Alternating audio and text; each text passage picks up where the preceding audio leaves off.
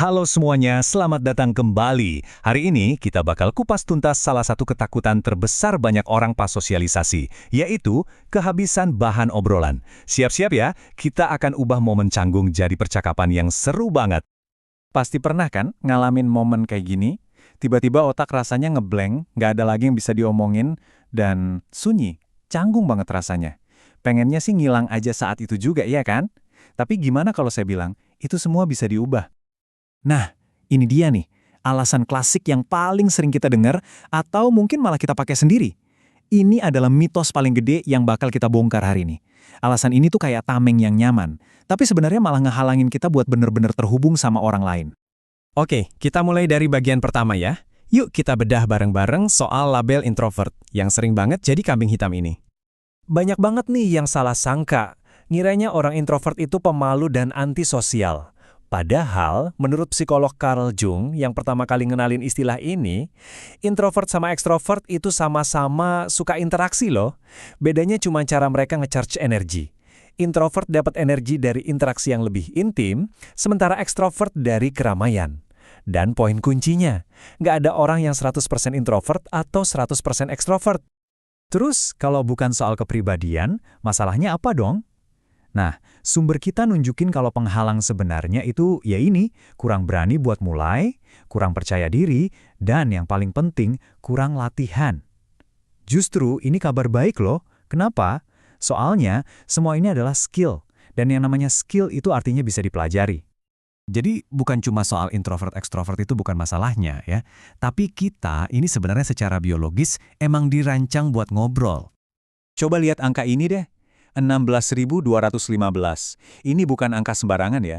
Menurut sebuah studi di tahun 2007, ini adalah jumlah kata rata-rata yang diucapin sama perempuan dalam sehari. Banyak banget kan? Nah, kalau ini angka buat para laki-laki. Ternyata bedanya nggak jauh-jauh amat kan? Intinya, mau cewek atau cowok, kita semua ini pada dasarnya makhluk yang banyak omong. Kita tuh gak ditakdirkan buat diem-dieman. Dan ini nih, bukti ilmiahnya yang keren banget. Ada yang namanya FOXP2, sejenis protein di otak kita. Para ilmuwan percaya, protein inilah yang bikin manusia bisa punya bahasa yang rumit.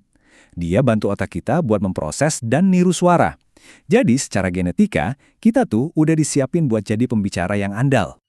Oke, sekarang kita masuk ke bagian yang paling ditunggu-tunggu, bagian praktisnya. Ini bagian pertama dari perangkat percakapan kita. Kita bakal fokus gimana caranya mulai dan ngebangun obrolan dari nol. Nah, ada kerangka super simple nih buat nyiptain topik obrolan dari apa aja yang ada di sekitar kita.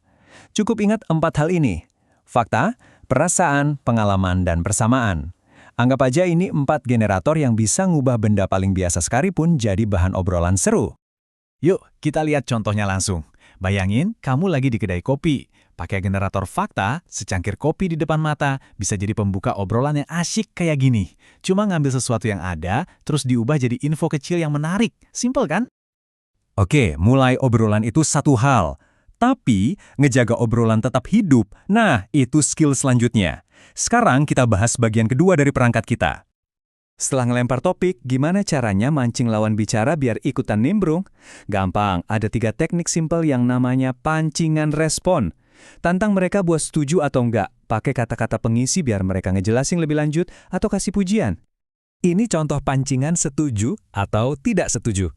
Dengan ngasih sedikit sanggahan yang santai, kamu nggak cuma ngasih pendapat, tapi juga ngundang mereka buat ngejelasin sudut pandang mereka. Tiba-tiba aja, obrolan jadi lebih dinamis, nggak satu arah lagi. Kalau ini contoh pancingan pujian. Pujian yang tulus itu bikin orang rasa dihargai kan? Otomatis mereka jadi lebih kebuka dan mau cerita lebih banyak soal diri mereka.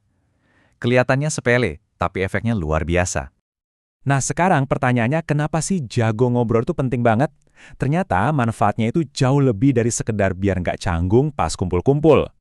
Percakapan yang berkualitas itu dampaknya dahsyat banget buat kesehatan kita loh. Menurut sumber kita, ngobrol itu bisa ngurangin resiko depresi, bikin otak kita tetap tajam kayak lagi main teka-teki, dan yang paling keren, beneran bisa bikin umur kita lebih panjang. Dan ini bukan omong kosong loh, ada datanya. Sebuah penelitian dari Brigham Young University nunjukin hal ini dengan jelas banget.